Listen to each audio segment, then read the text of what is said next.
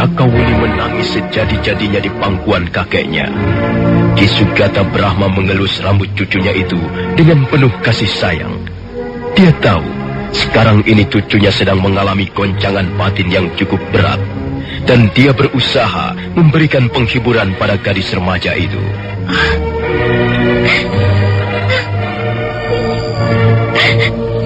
Ya, boleh kau menangis, Ndu. Lebih baik menangis daripada mengamuk tidak karuan begitu. Seorang gadis sudah sepantasnya menangis bila sedang ditimpa kesedihan, Ndu.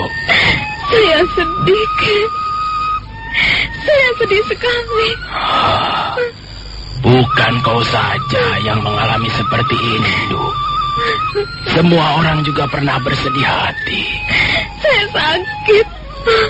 Hati saya sakit, Kek. Sakawuni, kau pikir hidup ini tidak sakit? Dengar, Wuni. Hidup ini pada dasarnya juga merupakan cerita panjang yang sangat menyakitkan. Tapi kalau kita mampu menerima pemberian hidup ini dengan rasa tulus dan pasrah, justru di balik kesakitan itulah kita bisa menemukan rasa bahagia yang amat manis, Ndu. Pokoknya saya akan membalas sakit hati saya ini. Tidak usah, Ndu. Tidak perlu. Tidak, Kek. Saya merasa dipermainkan. Saya merasa ditipu. Kamandanu ternyata tidak seperti yang semula saya bayangkan. Dia sama saja dengan laki-laki lain. Hatinya busuk, tidak jujur.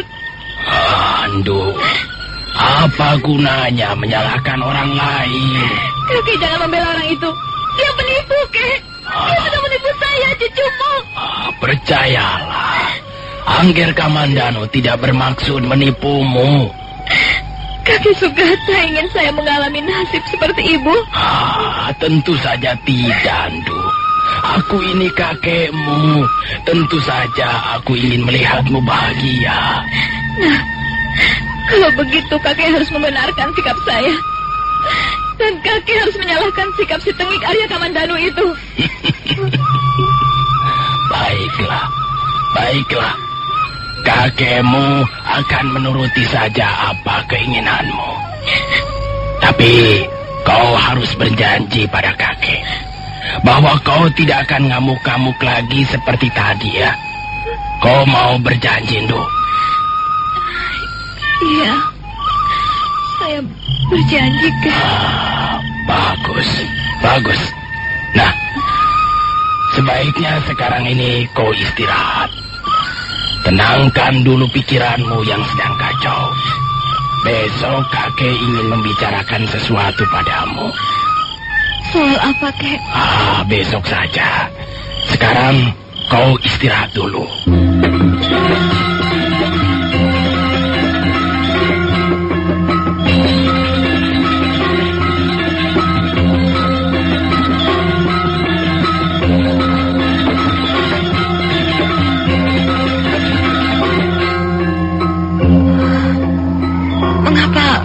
Membawa saya ke tempat ini.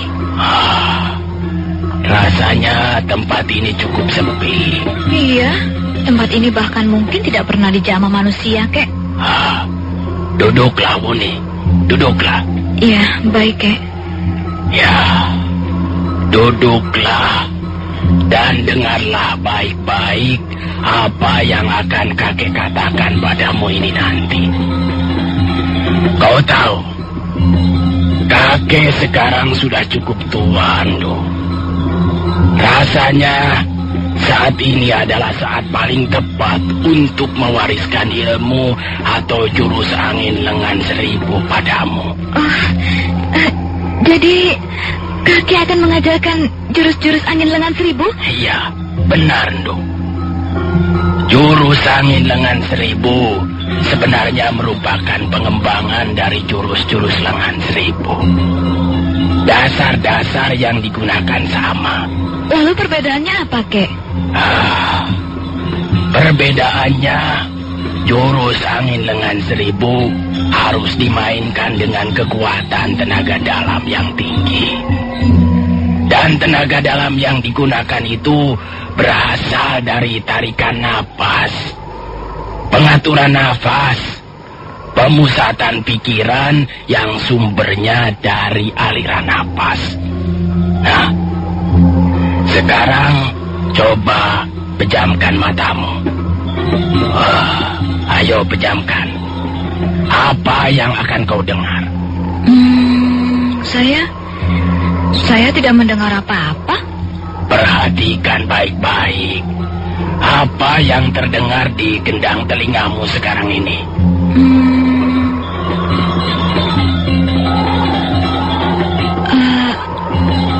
Angin, kek. Iya, saya mendengar angin mendesau perlahan. Bagus. Sekarang pusatkan perhatianmu pada suara angin yang mendesau itu.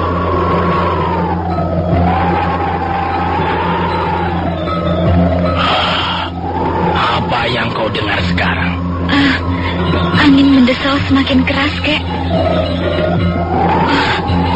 Wah, angin itu bertambah kencang, kek. Dia datang dari berbagai jurusan. Angin itu mempunyai warna sekarang. Ada hitam, merah, kuning, dan putih. Dia seolah datang dari balik dinding-dinding dunia gaib. Dia mulai ngamuk, kek. Angin itu berubah menjadi taufan yang sangat dahsyat. Dia menghancurkan segala yang dilewatinya.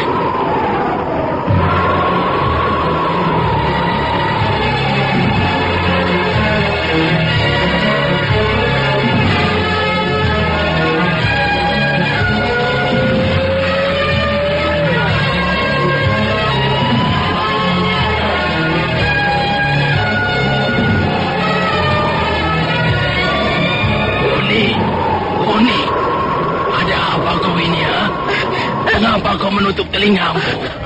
Saya takut, kek. Angin itu sangat dahsyat. Dia mengamuk seperti setan kelaparan. Mana sekarang angin itu?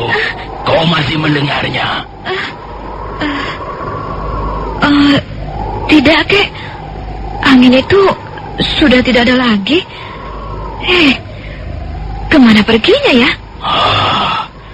Angin itu sudah kembali ke wadahnya semula. Ialah tarikan-tarikan napasmu sendiri.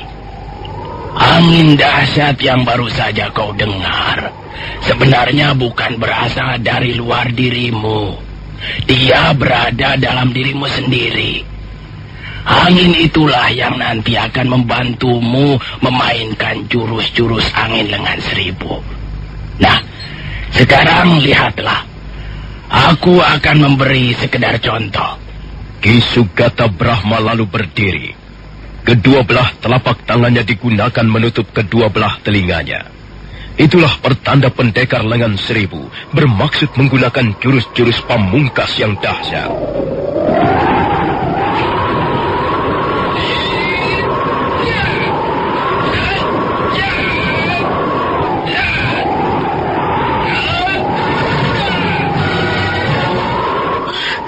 Luar biasa, kek. Saya hampir tak mampu mengikuti gerakan kaki yang cepat sekali. Kalau kau berlatih dengan tekun, kau masih bisa bergerak lebih cepat lagi. Sebab gerakanmu dibantu angin yang bernama Bayu Sejati Handayani. Di dalam cerita wayang, ilmu ini milik Sang Bima atau Werkudara, penenggak para Pandawa. Nah, sekarang ganti kau yang berlatih. Ayo, berdiri. Baik, kek. Pejamkan matamu rapat-rapat. Tutup telingamu dengan kedua belah telapak tanganmu. Pusatkan perhatianmu pada tarikan nafasmu sendiri. Baik, kek. Dan ingat, Jangan dengarkan suara yang lain. Hanya suara angin yang boleh kau dengarkan. Jangan hiraukan apapun juga. Tak ada yang boleh tinggal kecuali deru angin. Kecuali deru angin. Deru angin. Deru angin.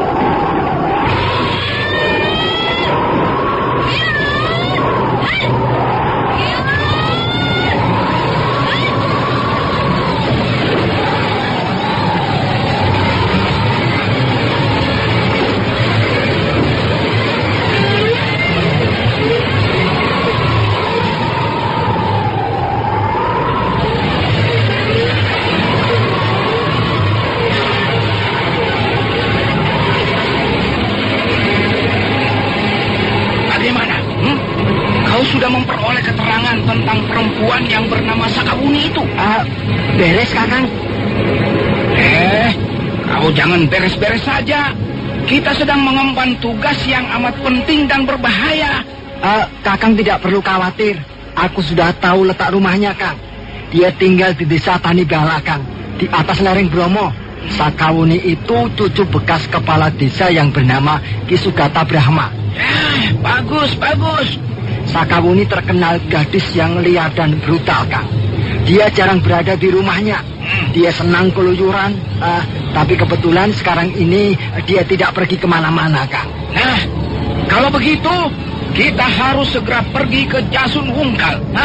Kita laporkan keterangan yang kita peroleh ini pada Gusti Jaran Lejong. Sebenarnya, apa kesalahan Sakawuni itu, Kang? Apa kau tidak mendengar? Ketika Gusti Jaran Lejong menjelaskannya tempo hari, Sakawuni telah berkhianat pada pemerintah Kediri. Nah, itulah kesalahannya yang paling utama. Dan kesalahannya itu sudah cukup membuat dia menjadi buron seumur hidupnya. Kalau tertangkap, dia bisa dihukum gantung. Ayolah, kita berangkat. Ayo, Kang.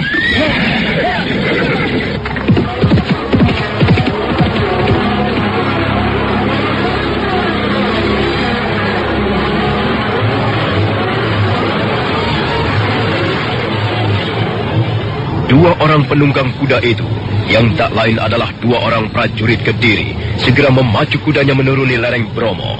Mereka ditugaskan Jaran Lejong agar membuntuti Sakawuni semenjak meninggalkan desa Barupare. Setelah memperoleh kepastian tentang tempat tinggal Sakawuni, mereka lalu bermaksud melapor ke Jasun Wungkal.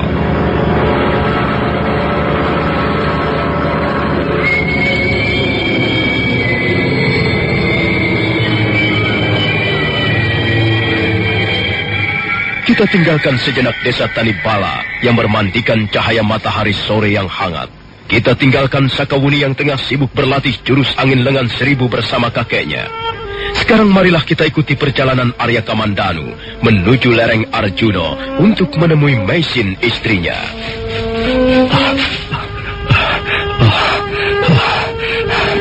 Tinggal sedikit lagi. Aku harus melewati 3 kali lagi tanjakan bukit sebelum tiba di gubuk kediamanku. Sudah beberapa bulan ku tinggalkan daerah ini. Sepertinya tidak ada perubahan apa-apa. Maisin, aku sudah tidak tahan lagi. Aku ingin segera bertemu dengan istriku itu. Ya, istriku. Dia memang istriku. Sedang apa dia sekarang? Hatiku menjadi berdebar-debar. Ada perasaan tidak enak menyelinap dalam hatiku. Aku tidak boleh terlalu lama istirahat. Aku harus segera bertemu dengan Maisin. Maisin! Maisin! Aku kembali, Maisin! Lihatlah, aku kembali! Aku pulang! Aku kembali untukmu, Maisin!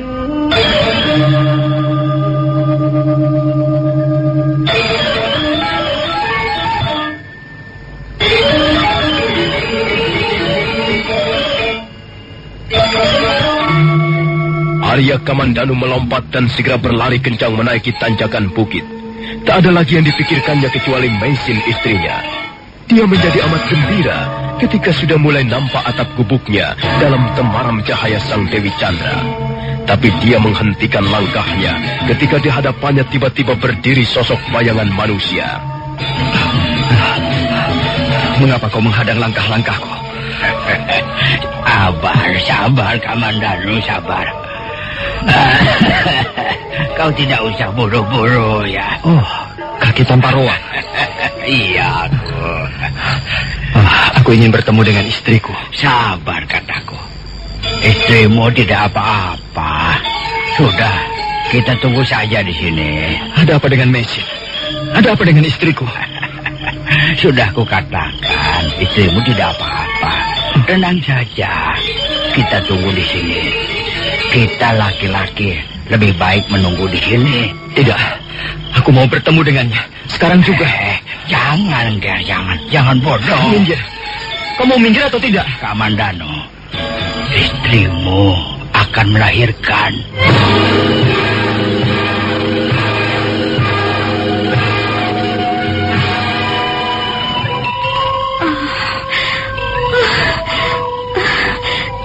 Sakit sekali, Nek.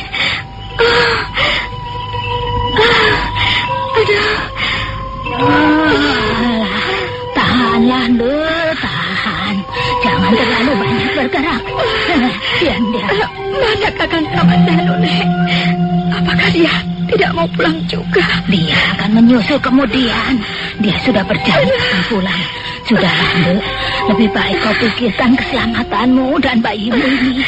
Jangan berpikir macam-macam. Sudah. Apakah Nenek sudah bertemu dengannya? Sudah bertemu. Masa kau tidak percaya padaku? Dan dia mengatakan akan pulang. Sungguh, dia mengatakan akan pulang, Nek. Iya, dia akan pulang. Dia pasti pulang. Kau tidak perlu khawatir, Nduk. Airnya sudah mendidih, Nek. Oh iya. Sekarang kau tunggu di sini ya. Tunggu bibimu. Iya, Nek. Apanya yang sakit, Bi? Bibi tidak sakit, Panji. Bibi hanya lelah dan agak takut. Apa yang ditakutkan, Bi? Entahlah, Panji. Bibi juga tidak tahu apa yang Bibi takutkan. Dan mengapa harus takut? Mengapa Panji belum tidur? Saya mau menemani Bibi di sini saja. Saya mau memijit kaki Bibi. Boleh kan, Bi? Iya, boleh saja.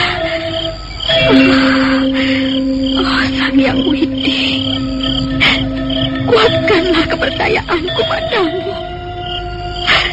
Sang pencipta segala yang ada, tabahkanlah hatiku. Jangan biarkan aku sendirian dalam menghadapi percobaan hidup ini.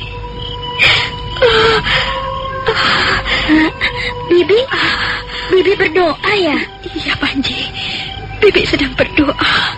Dulu ibuku juga berdoa, Bi. Ibuku pernah bercerita waktu akan melahirkan Panji, dia berdoa siang malam. Katanya supaya ibu selamat dan Panji juga selamat. Apakah doa bisa membuat orang selamat, Bi? Tentu saja, Panji. Doa bisa membuat jiwa kita menjadi tentram. Dan kalau jiwa kita tentram, maka kita akan selamat. Tidak akan ada yang berani mengganggu kita lagi. Aduh, Messi. Aduh, Bi, ada apa, Bi?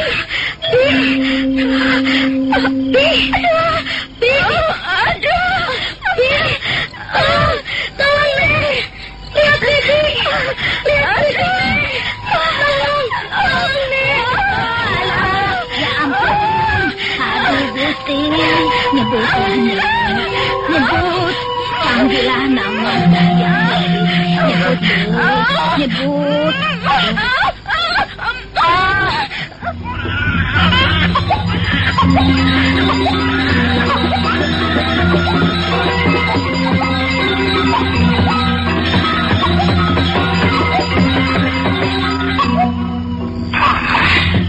Rupanya dia sudah lahir.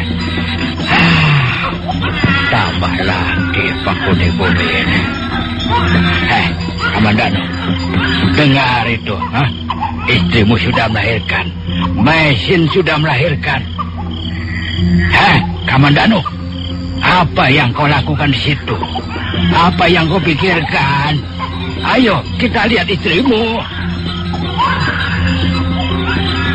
Dia sudah melahirkan. Mesin akhirnya melahirkan anak Arya Dewi Pangga juga. Setelah sekian lamanya hidup menjadi istriku, akhirnya dia melahirkan anak saudara tuaku.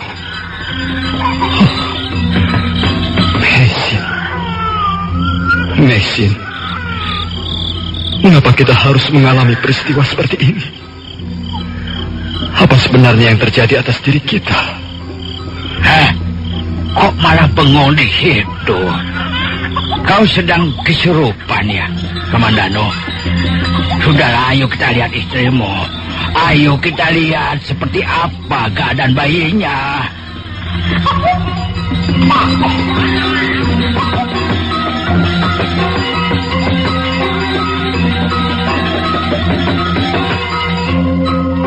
Arya Kamandanu tergagap ketika kaki tanpa ruang mengguncang-guncang pundaknya. Lamunannya seketika buyar. Dia lalu menurut saja ketika orang tua itu menuntunnya berjalan ke arah gubuk. Nah, bagaimanakah kisah selanjutnya? Apakah yang akan terjadi atas diri Mesin dan Arya Kamandanu? Dan bagaimana dengan Sakawuni? Saudara pendengar, silakan menunggu kelanjutan kisah Tutur Tinular ini dalam episode berikutnya. Angkara Murka Meraja Lela. Sampai jumpa.